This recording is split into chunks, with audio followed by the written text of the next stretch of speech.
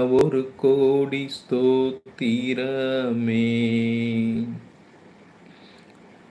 இதை கேட்டுக்கொண்டிருக்கிற தேவ பிள்ளையே, உங்கள் வாழ்க்கையில் இருக்கிற ஆத்துமாவில் இருக்கிற சரீரத்தில் இருக்கிற பலவீனங்களை கர்த்தர் முற்றிலுமாய் குணமாக்குவேன். அவருக்கு சித்தம் உண்டு, நீங்கள் சுத்தமாவீர்கள். நீங்கள் சொந்து போகாமல் பலனாய் இருக்க கர்த்தர் விரும்புகிறார். நன்றி பரபசந்தூர் யங்கதரப்பா.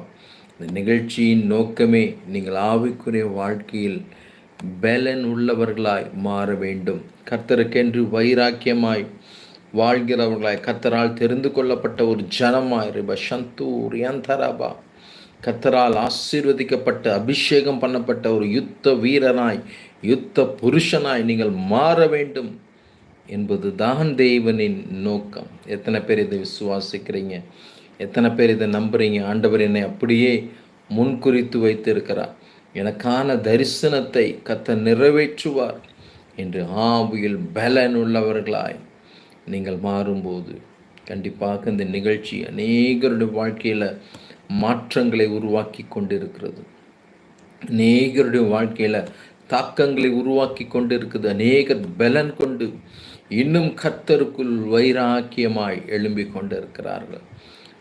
அந்த ஒரே நோக்கம், அந்த ஒரே தரிசனத்தோடு கூட இந்த நிகழ்ச்சி நடத்தப்படுகிறது. இதற்காகவே கர்த்தர் என்னை அழைத்து, என்னை முன்குறித்து, என்னை அபிஷேகம் பண்ணி, என்னை நம்புகிற பிள்ளைகள் பலன் உள்ளவர்களாய் மாற வேண்டும். ஒரு அருமையான தாயார் காலையில் கூப்பிட்டாங்க, பாஸ்டர் நான் 21 நாள் ஃபாஸ்டிங் இருக்கிறேன், கர்த்தர் என்னை நேசிக்கிறாரா என்று அவர்கள் கேட்கும்போது ஒன்றும் பதில் வரமாட்டேங்குது என்று அவர்கள் அங்கலாய்ப்போடு கண்ணீரோடு கூட என்னோடு பேசினார்கள். அப்பொழுது கர்த்தர் பேசின வார்த்தை, நான் உன்னை அதிகமாய் நேசிக்கிறேன், அதனால தான் என் தாசன் மூலியமாய் நான் உன்னோடு கூட பேசிக்கொண்டிருக்கிறேன் என்று கர்த்தர் வாக்கு பண்ணுகிறார். ஆமென். அன்று இஸ்ரவேல் ஜனங்களை என் ஆண்டவர் அதிகமாய் நேசித்தார். அவர்களை வழி நடத்துவதற்காக ஒரு மோசையை உருவாக்கினது போல இந்த அநேக ஊழியக்காரர்களை கர்த்தரை நம்பி, கர்த்தர் நிச்சயமாக எங்களை வழி நடத்துவார், எங்களுக்காக பேசுவார் என்ற நம்பிக்கையோடு இருக்கிற ஒவ்வொரு தேவ பிள்ளைகளையும் வழி நடத்துவதற்கு ஆவிக்குரிய தகப்பன்மார்களை, தாய்மார்களை கர்த்தர் எழுப்பி கொண்டிருக்கிறார். ஆமென். அந்த தாயாரோடு பேசும்போது ஆண்டவர் சொன்ன வார்த்தை, இனி நீங்கள் அழக்கூடாது. அந்த அழுகை என்பது அபிவிசுவாசத்தின் அடையாளம். கர்த்தர் என்னோடு கூட இருக்கிறார்.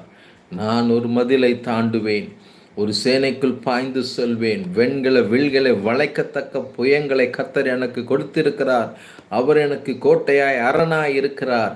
என்னை அவர் யுத்தத்திற்கு பழக்கி வைத்திருக்கிறார். ரபசந்தூர் யங்கதரா.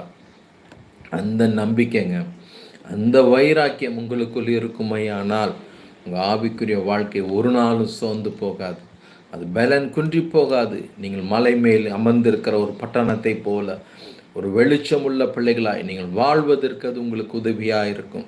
எத்தனை பேர் நம்புறீங்க? விசுவாசிக்கிறவங்க ஒரு ஆமேன் போடுங்களேன், ஒரு உற்சாகப்படுத்துங்களேன், உங்களுடைய பேரை நீங்கள் டைப் பண்ணுங்களேன்.